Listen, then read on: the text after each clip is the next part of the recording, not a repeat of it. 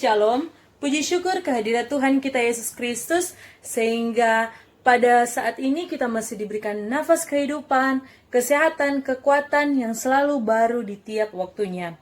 Nah teman-teman, di saat-saat seperti ini kita diperhadapkan dengan suatu situasi masalah kesehatan dunia, yaitu virus corona, mewabahnya virus corona, yang biasa kita sebut dengan virus COVID-19. Nah teman-teman, yang mengakibatkan kita itu harus bekerja dari rumah, belajar dari rumah, maupun beribadah dari rumah. Namun itu tidak mengurangi kerinduan kita untuk melakukan peribadatan bersama-sama. Oleh karena itu, kami dari Komisi Pemuda Jemaat Gemim Nazaret Teling Tingkulu Indah berinisiatif membuat suatu ibadah kreatif dalam bentuk video, sehingga kita masih dapat beribadah bersama-sama di waktu yang sama, namun di tempat yang berbeda-beda, atau di rumah kita masing-masing. Nah, kerinduan kami, Komisi Pemuda Jemaat Gemim Nazaret, biarlah video ini itu dapat menjadi berkat bagi teman-teman semua. Dan saya mengatasnamakan Komisi Pemuda Jemaat Gemim Nazaret Teling Tingkulu Indah menyampaikan kepada teman-teman semua, selamat kita beribadah, Tuhan Yesus memberkati. Shalom.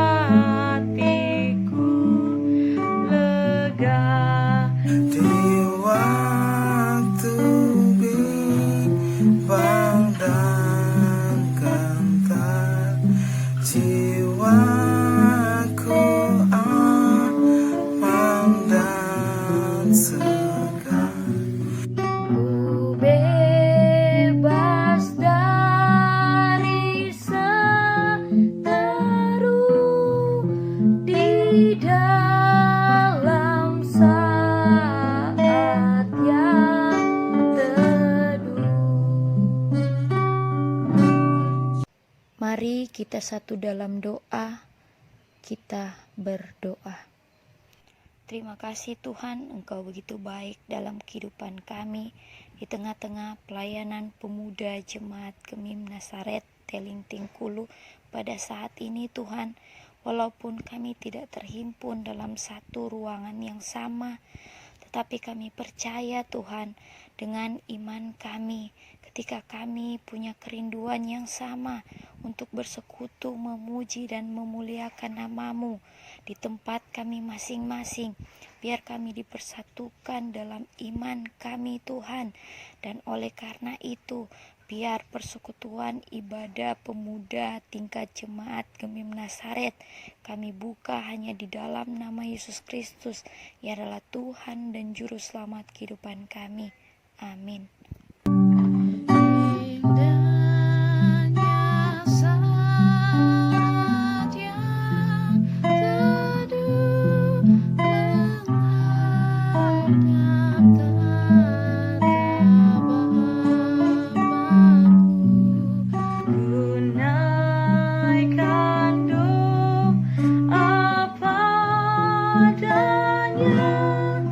Sehingga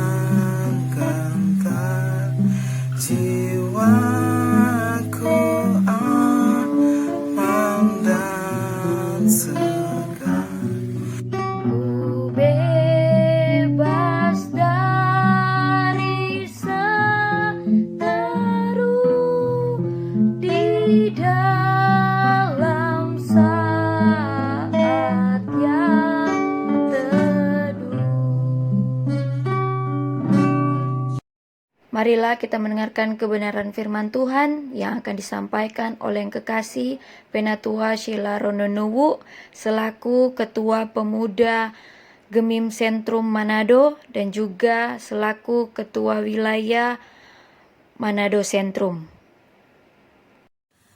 Halo teman-teman, senang sekali boleh diberikan kesempatan untuk berbagi tentang kebenaran firman bersama-sama dengan teman-teman pemuda yang ada di Gemim Nasaret.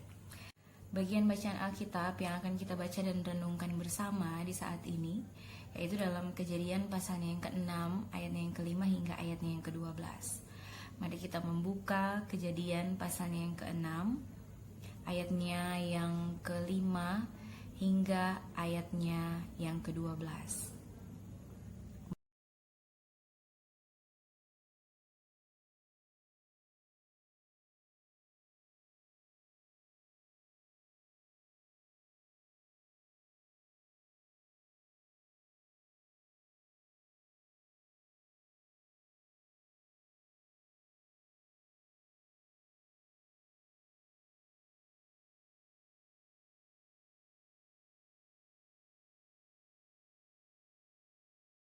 Nah, kita akan belajar tentang sebuah peristiwa yang terjadi di zaman kehidupan Nuh. Mungkin ketika berbicara tentang Nuh, teman-teman langsung teringat tentang bahtera, tentang air bah, dan tentang bagaimana cara Allah menyelamatkan Nuh dan keluarga. Tapi tahukah teman-teman atau apakah teman-teman masih mengingat bahwa kenapa sampai air bah itu terjadi? Kehidupan di zaman Nuh, orang-orang yang ada di sekitar Nuh adalah orang-orang yang hidup dalam keadaan yang tidak berkenan bagi Allah. Gaya hidup orang-orang di zaman Nuh menjadi sedemikian rusak. Mereka tidak mampu menyadari bahwa kehidupan mereka itu penuh dengan dosa. Saking terlalu sering atau bahkan dosa menjadi gaya hidup orang-orang di zaman itu, mereka jadi tidak mampu menyadari bahwa yang dilakukan adalah dosa. Karena dosa menjadi sangat dekat dengan kehidupan orang-orang di zaman itu. Nah, kenapa demikian teman-teman? Karena yang menjadi tujuan dari kehidupan orang-orang di zaman Nuh adalah hal-hal duniawi semata. Mereka hanya memikirkan apa yang harus mereka makan, apa yang harus mereka minum, dan bagaimana cara mereka memperbanyak keturunan. Mereka tidak mau mencari tahu sebenarnya tujuan hidup mereka ketika Allah menganugerahkan kehidupan. Mereka tidak mau mendengar dan setia kepada Allah, sama seperti apa yang dilakukan oleh Nuh. Sehingga teman-teman, kehidupan di zaman Nuh menjadi kehidupan yang acuh tak acuh. Orang-orang tidak lagi peka dengan apa yang terjadi kepada orang yang ada di sekitar. Yang mereka pikirkan hanyalah bagaimana cara dorang mendapatkan apa yang dorang mau. Nah, tapi berbeda dengan apa yang dilakukan oleh Nuh, teman-teman. Di tengah keadaan yang sedemikian rusak itu, Nuh tetap mampu mempertahankan kesetiaannya kepada Allah. Nuh tetap mampu setia taat sehingga hanya Nuhlah satu-satunya orang di zaman itu yang mampu mendengar atau memahami tanda-tanda yang diizinkan Allah terjadi di tengah mereka. Yang lain mereka tidak mampu lagi mendengarkan tanda-tanda Allah karena dorang terlalu disibukkan dalam dorang kehidupan. Nah, teman-teman, kenapa bagian bacaan Alkitab ini yang kita angkat di saat ini? Karena ketika kita berpikir bukan tidak mungkin sejarah yang mencatat penghukuman yang Allah taruh bagi kehidupan di zaman Nuh ketika manusia tidak lagi peka dengan Allah, manusia terlalu gemar melakukan, mengejar apa yang mereka inginkan. Bukan tidak mungkin bahwa sejarah itu akan terulang dalam kehidupan kita. Karena tidak sedikit banyak anak-anak muda yang saat ini mulai tidak peka dengan apa yang mau Allah sampaikan dalam kehidupan mereka. Anak-anak muda saat ini terlalu dipenuhi dengan segala target, keinginan diri, goalsnya mereka. Dorang selalu memikirkan bagaimana cara berpenampilan yang menarik, bagaimana cara memperoleh prestasi yang baik, bagaimana cara dipromosikan di kantor, bagaimana cara memiliki jabatan, memiliki segala hal yang orang suka.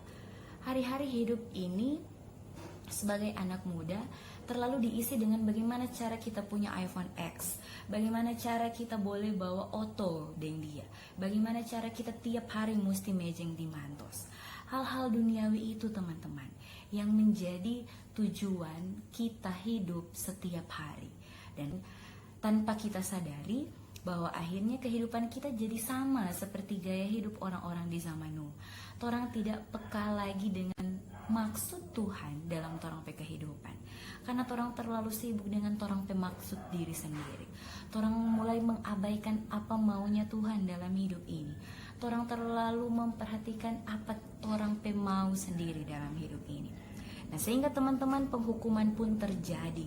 Allah merasa sedih, sakit hati dengan kehidupan manusia yang memalingkan diri mereka dari Allah.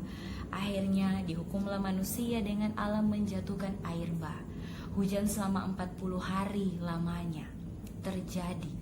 Dan akhirnya semua tidak ada satupun musnah dengan air bah kecuali Nuh. Nah, kenapa Nuh bisa selamat dari peristiwa ini? Tentu yang orang tahu adalah karena Nuh membuat bahtera.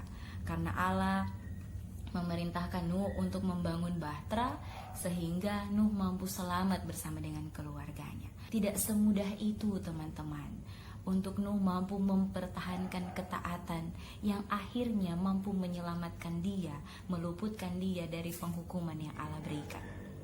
Ketika Nuh diperintahkan oleh Allah untuk membangun bahtera, tahukah teman-teman bahwa situasi dan kondisi tempat tinggal Nuh itu tinggal di dataran tinggi begitu. Nuh hidup ratusan mil dari samudra terdekat. Sehingga walaupun Nuh mampu membangun bahtera, tapi bagaimana mungkin Nuh mampu membawa bahtera yang ada di dataran tinggi itu untuk ke air begitu. Sehingga secara pemahaman manusia mustahil dan sia-sia Nuh membangun bahtera, karena toh juga Nuh tinggal di tempat yang tidak dekat dengan air. Dan yang kedua, Kejadian 2 ayat 4 dan ayatnya yang ke-6 mengatakan bahwa selama Nuh hidup di tempatnya, Nuh tidak pernah melihat hujan. Teman-teman, dua alasan itu sebenarnya cukup untuk Nuh mengabaikan, atau cukup untuk Nuh tidak melakukan apa yang Allah perintahkan. Tapi Nuh tidak memilih hal itu. Nuh tetap percaya sepenuhnya kepada perintah Allah, teman. Nuh mengerjakan dengan setia apa yang Allah perintahkan, yaitu membuat bahtera. Nah, ini hal yang menarik bagi kita. Mampukah kita teman-teman untuk terus setia melakukan apa yang Allah perintahkan, apa yang Allah kehendaki dalam hidup kita, selagi jawaban yang orang tunggu-tunggu itu lama untuk ada. Terkadang ketika orang pemikiran tidak mampu lagi memikirkan tujuan dan maksud Allah yang baik, orang mulai menyerah, orang mulai berhenti, orang mulai berpikir bahwa mungkin ini keliru, mungkin taat dan setia kepada Tuhan belum waktunya bagi kita. Karena orang mungkin berusaha taat dan setia kepada Allah dalam waktu yang lama, dan akhirnya orang menyerah, orang memalingkan diri dari kemuliaan Allah. Tapi teman-teman, hal itu tidak dilakukan oleh Nuh. Nuh tetap setia. Ketaatan Nuh, teman-teman, tidak berbicara tentang 1-2 tahun atau 5-10 tahun. Tapi Nuh membutuhkan 100-120 tahun untuk membangun bahtera itu. Nah, bayangkan teman-teman, Nuh bangun bahtera manual loh. Dia mulai dari potong pohon, dari batang pohon menjadi papan, dan akhirnya dia buat bahtera yang begitu besar. Ini sebenarnya mau menyiratkan makna bahwa sulit teman-teman, tidak mudah. Tapi itulah sebenarnya yang akan mampu membawa kita pada keselamatan. Hari-hari kehidupan ini begitu mencekam. Memang penghukuman yang terjadi di kehidupan zaman Nuh dan di kehidupan zaman kita jelas berbeda. Zaman berlalu dan setiap hal terus berkembang dan menjadi berbeda. Tapi cara memperoleh keselamatan bersama dengan Allah tidak pernah berubah. Setiap orang tidak akan pernah luput dari maut, dari pencobaan, mau bagaimanapun caranya. Tapi teman-teman, satu hal yang pasti, Ketika kita mau terus setia dan taat kepada Allah, maka keselamatan itu akan ada. Hari-hari ini segala kekhawatiran, segala kecemasan, sulit sekali untuk orang merasakan kedamaian. Ini, kalau kemarin orang sering mengeluh terlalu banyak pekerjaan di kantor, harus bangun pagi, banyak hal yang orang keluhkan begitu dalam orang pekerjaan. Nah, hari ini Tuhan melepaskan kita dari segalanya itu. Walaupun memang terkadang sekalipun di rumah orang harus bekerja, tapi agak lebih santai teman-teman ketika orang berada di rumah. Teman-teman yang kuliah pun akhirnya harus dirumahkan, belajar di rumah. Teman-teman yang bekerja pun akhirnya harus dikembalikan di rumah, bekerja di rumah. Bahkan beribadah pun kita harus di rumah. Bukankah Tuhan melepaskan kita dari segala sistem-sistem yang diatur begitu? Kalau orang di kampus, mau tidak mau orang harus belajar sungguh-sungguh karena ada dosen yang mengawasi. Begitupun di kantor orang harus belajar sungguh-sungguh karena ada atasan yang mengawasi. Begitupun ketika orang beribadah, kalau di gereja, kalau dalam sebuah perkumpulan, orang harus beribadah sungguh-sungguh karena ada teman-teman lain yang mengawasi. Tapi saat ini Tuhan menarik kita dari segala sistem yang ada, dari segala aturan kebiasaan yang ada. Tuhan membawa kita untuk menyendiri bagaimana kita mampu mengendalikan diri ini. Seberapa mampu orang taat sekalipun di rumah, tidak dilihat, tidak dipantau secara langsung oleh atasan, oleh dosen, oleh kakak komisi untuk melakukan pekerjaan, belajar dan ibadah. Seberapa mampu orang mengendalikan diri untuk melakukan itu secara maksimal. Ketika COVID-19 ini ada di negara kita, bahkan di dunia ini merupakan satu peringatan lagi dari Allah buat kita bahwa pada akhirnya sehebat dan sekuat apapun seorang manusia, sekuat dan sehebat apapun sebuah negara, tidak ada yang mampu menjamin keselamatan hidup manusia. Dan hanya Allah lah satu-satunya yang mampu membawa keselamatan. Kisah Nuh ini mau kembali mengingatkan kita semua, mengingatkan setiap hati yang mulai patah semangat, setiap hati yang mulai tidak ada harapan, setiap hati yang mulai bersungut-sungut kepada Allah untuk tetap setia dan percaya. Karena itu yang dialami Nuh, itu yang dilakukan oleh Nuh. Allah tidak pernah ingkar janji selama kau mau terus setia kepadanya. Mari teman-teman, miliki iman seperti Nuh. Ketika kita sedang ada dalam masa karantina, social distancing, mari pergunakan kesempatan itu untuk mencari tahu tujuan Allah dalam hidupmu. Mari memperbanyak waktu untuk membangun relasi dengan Allah. Pastikan kau mampu memahami apa tujuan Allah sebenarnya menempatkan kita pada situasi ini. Apa sebenarnya maksud Allah? Bagian yang mana yang ada dalam diri ini yang harus dikurangi dan juga yang harus dilebihkan sesuai kehendak Allah. Jangan sia-siakan kesempatanmu berdiam diri di rumah. Maksimalkan semuanya. Jangan terlalu lama rebahan aja di rumah teman-teman. Tapi mari produktif sekalipun kau ada di rumah. Karena Allah menghendaki kita, Allah memberi kita kuasa untuk melakukan hal-hal yang luar biasa. Itu sudah terjadi di zaman Nuh, dan itu jugalah janji Allah bagi kita, umat yang ada di zaman ini. COVID-19 pasti akan berlalu, tapi apakah kita mampu untuk memenangkan diri kita, menikmati masa sesudah COVID-19 ini? Tidak ada yang tahu teman-teman. Mari bersama-sama dengan Tuhan, karena hanya imanlah yang akan menyelamatkan kita. Tuhan memberkati kita selalu dalam keadaan sehat, dalam keadaan aman, yang pasti bahagia dalam hati. Jangan lupa untuk menengok orang-orang, tetangga-tetangga yang ada di samping kiri dan kananmu. Mungkin mereka membutuhkan bantuan, membutuhkan sedikit berasmu. Pastikan kau jangan kenyang sendiri, karena ada banyak orang yang kelaparan. Pastikan kau tidak bahagia sendiri, karena ada banyak orang yang dalam kesusahan. Tuhan memberkatimu. Stay safe. God bless you.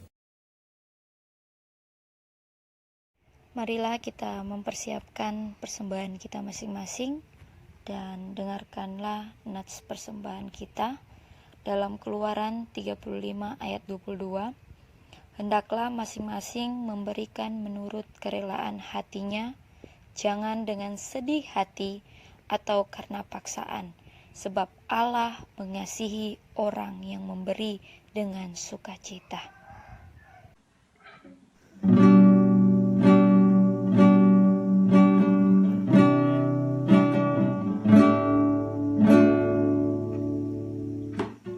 Syukur untuk setiap rencanamu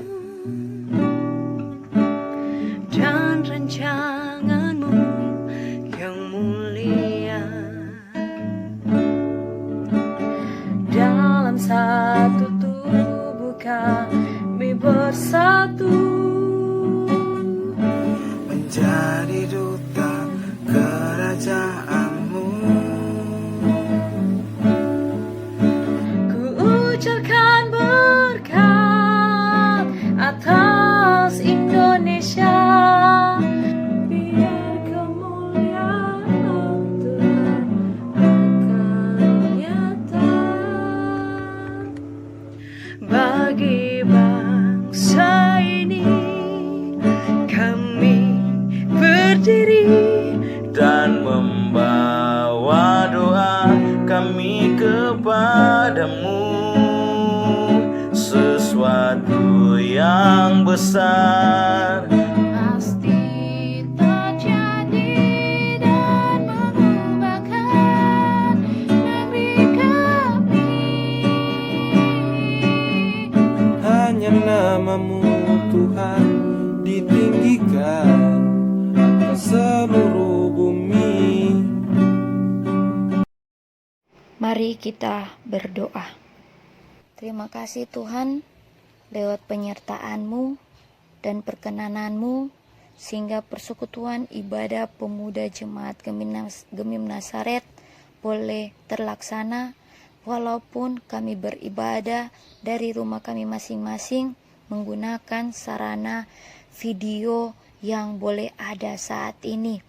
Dan kami percaya kami terberkati lewat kebenaran firman yang boleh disampaikan oleh yang kekasih Penatua Sheila Rondonuwu.